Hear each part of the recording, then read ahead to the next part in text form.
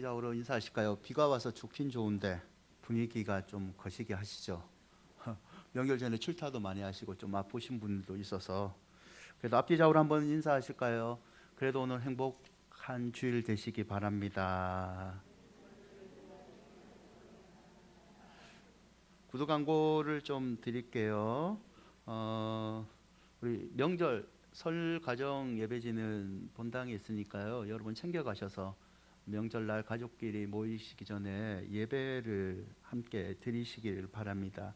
그리고 사랑지역의 김현숙 집사님 시모께서 어제 저녁 늦게 별세하셨어요. 그래서 장례 위로 예배를 오늘 3부 예배 후 보람의 병원인데요. 3부 예배 후에 교회에서 위로 예배 출발하도록 하겠습니다. 여러분, 같은 상황에 어려움을 당한 두 사람이 있습니다. 같은 상황의 어려움이지만 A는 이렇게 얘기를 합니다. 괜찮다. 이것도 경험이지. 다음에는 이런 일이 안 생길 거야. 그는 쉽게 일어날 수 있는 힘을 가집니다. 반면 B는 다음과 같이 말합니다. 너무 힘들어.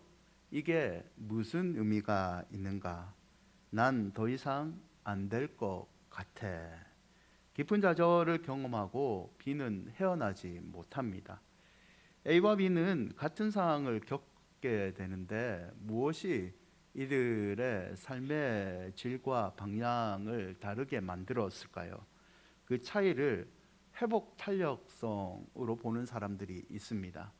회복 탄력성이란 말은 다양한 역경과 실현의 실패를 오히려 도약의 발판으로 삼아 더 높이 뛰어오르는 마음의 근력을 말하고 있습니다. 이 회복 탄력성의 구성 요소는 자기 조절 능력, 대인관계 능력, 그리고 긍정성 등이 있죠. 위너 박사라는 사람이 하와이 카우아이 섬에서 이 회복 탄력성에 관한 연구를 한 적이 있습니다.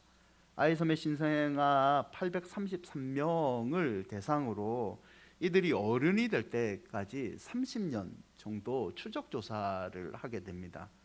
굉장히 열악하고 힘든 환경이지만 어떤 아이들은 그냥 사회 부적응자로 살아가고 어떤 아이들은 훌륭하게 환경과 상관없이 자라는 것을 발견하게 됩니다. 훌륭하게 성장한 아이들의 공통점은 자기 조절 능력, 대인관계, 긍정성, 이 회복 탄력성이 높이 평가됐던 거죠. 그와 함께 이 훌륭하게 자란 아이들에게는 그들을 이해하고 신뢰해 주는 어른 한 명이 있었다는 겁니다. 여러분, 믿음이라는 것도 성장을 해야 됩니다. 왜냐하면 하나님은 자녀인 우리의 믿음이 성장하기를 원하시고 또 성장하도록 늘 도와주시기 때문이죠. 하지만 믿음의 성장을 우리는 잘 알고 있지만 그 과정이 힘들기 때문에 결과는 참 좋고 그렇게 됐으면 좋겠지만 그 과정에서 변화를 겪어야 하기 때문에 우리는 쉽게 믿음의 성장의 길로 발을 내딛지 못하는 것 같습니다. 여러분, 변화는 항상 반대가 있습니다. 변화보다는 현실에 안주하기를 우리는 원하죠. 익숙한 신앙생활을 원하기도 합니다. 왜 안주를 할까요? 이유는 간단합니다. 환경 여러 탓도 하지만 결국은 실패하면 힘드니까, 지금이 그냥 편하니까, 이 이유이죠. 창세기 12장 1절과 2절을 보면 여호와께서 아브라함에게 이르시되 너는 너의 고향과 친척과 아버지의 집을 떠나라고 얘기를 하십니다. 아브라함은 이 하나님의 명령으로 떠납니다. 떠나면 복을 주겠다라고 하나님 말씀하시죠. 여러분, 사실 창세기 12장에서 아브라함은요, 떠나지 않아도 잘 살 수 있는 상황이었습니다. 그런데 하나님이 어느 날 갑자기 삶의 모든 기반을 다 잘라버리고 떠나라 라고 명령을 하시죠. 돈 잘 벌고 잘 살 수 있는 모든 기반을 다 버리고 믿음 안에서 변화를 추구하라, 하나님은 말씀하십니다. 여러분, 이 얼마나 두려운 말씀입니까? 내 나름대로 신앙생활도 잘하고 내 나름도 가정도 화목하고 이곳에서 기반도 잘 잡았는데 하나님이 떠나라, 더 큰 복 받기 위해서 떠나라라는 변화를 요구하십니다. 왜 그런 마음이 있잖아요. 저도 어렸을 때 이런 마음 가졌는데요. 믿음 생활 너무 열심히 하면 여러분, 목사님이 여러분에게 뭘 시킬 것 같다 두려우시잖아요. 내 삶의 변화, 하나님이 내 믿음 생활 너무 잘하면 우리를 불러서 어느 날 소명 주실까 봐 무섭지 않습니까? 갑작스러운 변화는 우리에게 당황스러움으로 다가옵니다. 오늘 하나님의 말씀에 아브라함도요, 두려움을 느꼈을 겁니다. 근심이 밀려왔을 겁니다. 그럼에도 불구하고 아브라함은 어떻게 합니까? 변화하기 위해서 여러분 떠납니다. 사랑하는 여러분, 하나님은요, 더 큰 복을 주기 위해 때로는 우리에게 떠나라, 변화하라 라고 명령하실 때가 있습니다. 창세기 12장 3절을 보시면 너를 축복하는 자에게 내가, 하나님이 복을 내리고 너를 저주하는 자에게 내가, 하나님이 저주하겠다. 변화로 나아가는 길에 하나님 홀로 보내지 않고 함께 해주겠다 약속하시죠. 여러분, 올 한 해 어떤 기도의 응답을 하나님 앞에 소원하고 계십니까? 함께 하시고 복을 주시는 하나님께서 여러분의 기도의 응답을 들어주실 겁니다. 하지만 그 기도의 응답 속에서 하나님은 결과보다는 과정, 함께 믿음으로 만들어가는 변화를 기대하며 하나님 함께 나아가신다는 거죠. 하나님과 함께 믿음으로 전진했을 때 우리는 하나님이 예비하시는 때로는 또 다른 축복을 경험할 수 있는 겁니다. 오늘 저와 여러분이 읽은 사사기 14장은요 삼손의 이야기입니다. 삼손이 블레셋의 딥나 지역에 내려갔다가 한 처녀를 만납니다. 처녀의 외모에 반합니다. 아내로 삼으려고 하죠. 부모가요 그런데 반대를 합니다. 14장 사사기 14장 3절을 보면 삼손이 외모에 반했고 아내를 삼으려 했던 여인이 할례받지 아니한 블레셋 사람입니다. 삼손은 유다인이고 나시린으로 태어난 하나님의 구별된 사람입니다. 이 나시린으로 태어난 삼손이 이방 여인을 아내로 맞이한다니까 부모가 삼손의 결심을 꺾으려고 합니다. 반대합니다. 하지만요 삼손이 고집대로 합니다. 부모를 이깁니다. 결혼식이 열리고 기분이 좋은 삼손이요 수수께끼를 사람들에게 냅니다. 사사기 14장 14절을 보면 먹는 자에게 먹는 것이 나오고 강한 자에게 단 것이 나오니라. 이 수수께끼가 어려웠는지요 사흘 동안 그 사람들이 수수께끼를 풀지 못합니다. 14장 17절을 보면 이 사람들 블레셋 사람들이요 수수께끼의 답을 알기 위해서 삼손의 여인을 찾아갑니다. 그리고 협박을 합니다. 답을 알아오지 않으면 네 친정 식구들을 다 죽이겠다. 협박을 견디지 못한 삼손의 여인이요 삼손 앞에 가서 웁니다. 그리고 7째 날에 삼손이 아내에게 수수께끼의 답을 가르쳐주고 아내는 블레셋 사람들에게 그 정답을 가르쳐주죠. 이 수수께끼 사건 때문에 결혼식은 엉망이 됩니다. 삼손의 자존심이 다 무너지게 되죠.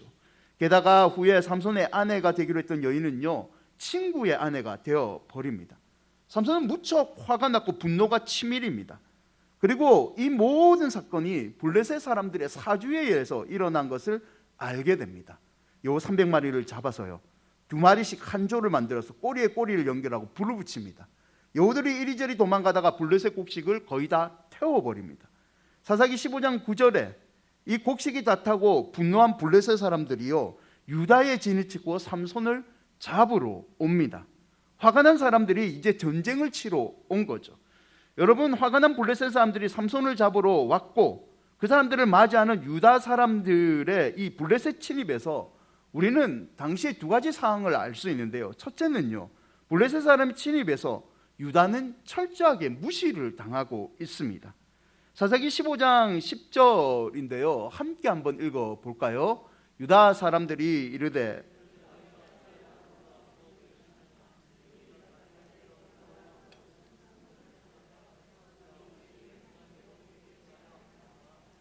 블레셋 사람들이요 쳐들어와서 유다 사람들에게 뭐라고 말하냐면 우리가 올라온 것은 삼손을 결박하여 그가 우리에게 행한 대로 그에게 행하려 함이다 라고 얘기합니다.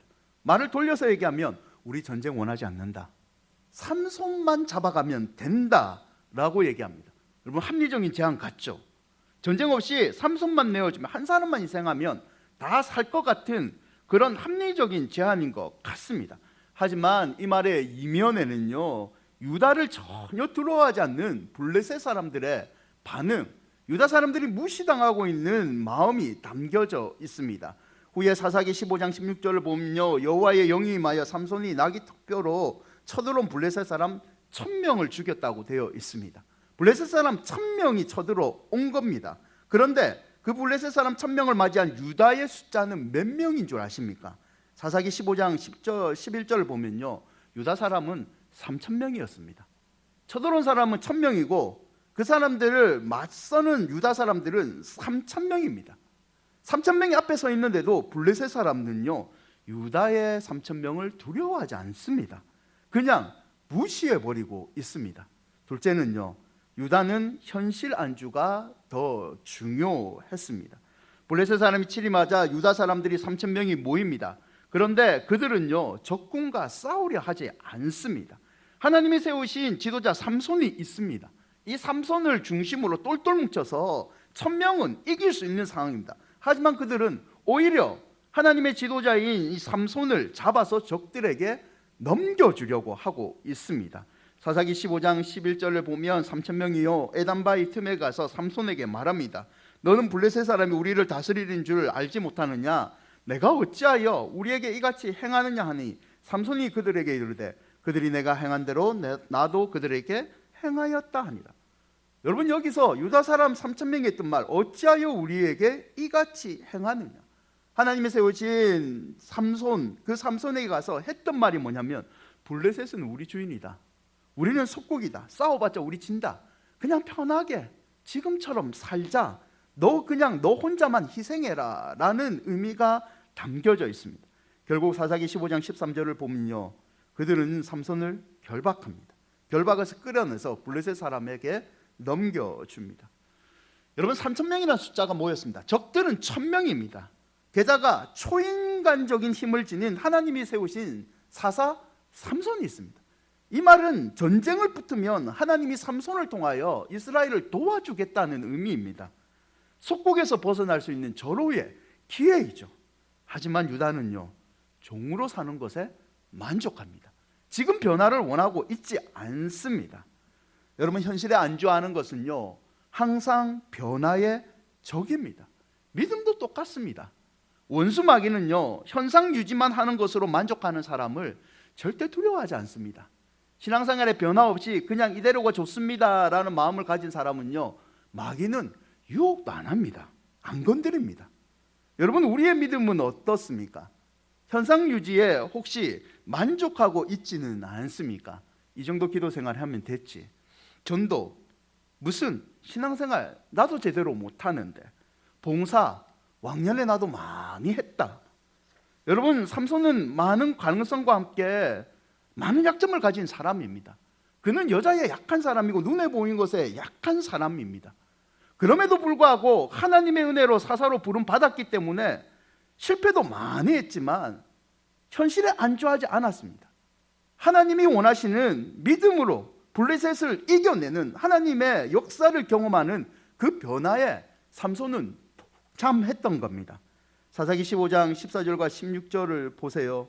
삼손에게 여호와의 영이 임합니다.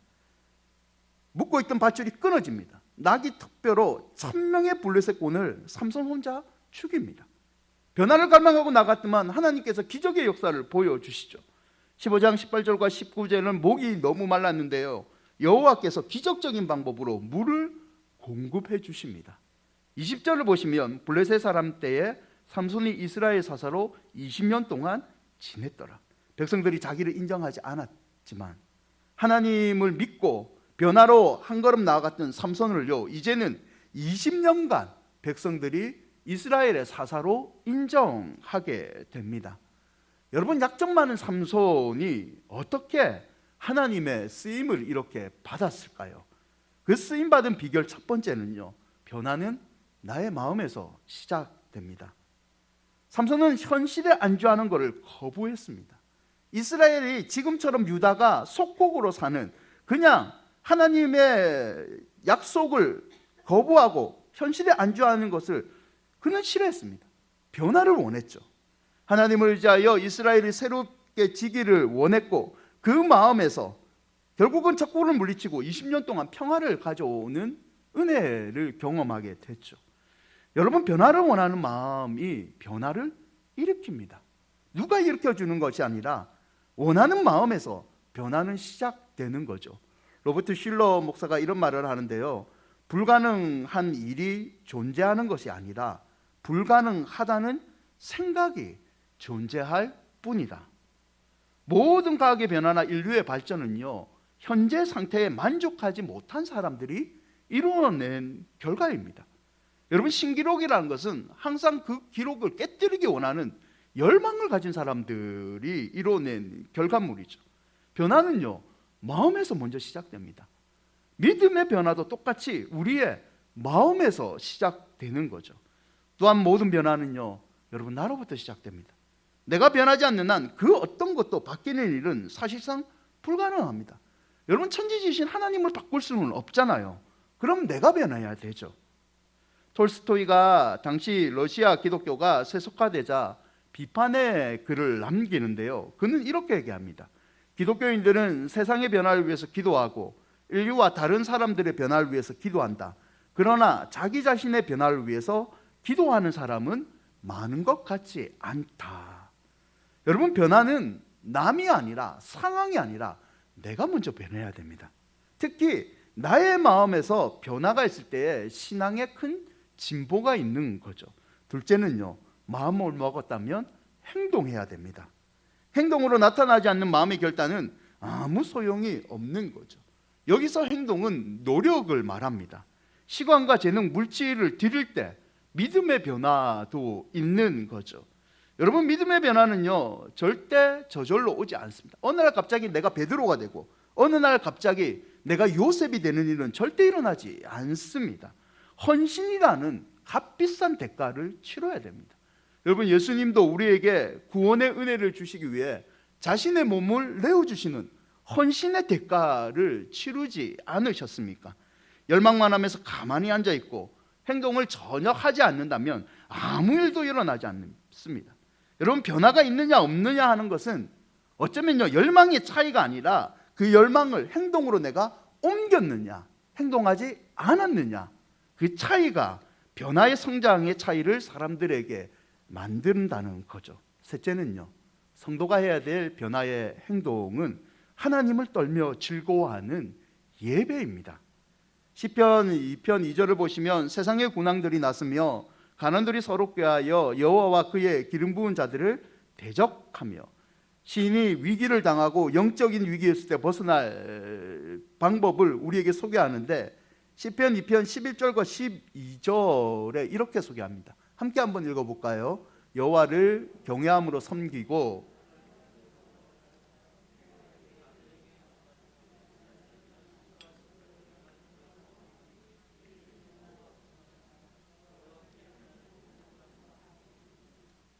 시인은요, 영적인 위기에서 변화를 주는 행동의 방법을 입맞춰라라는 단어로 소개를 합니다.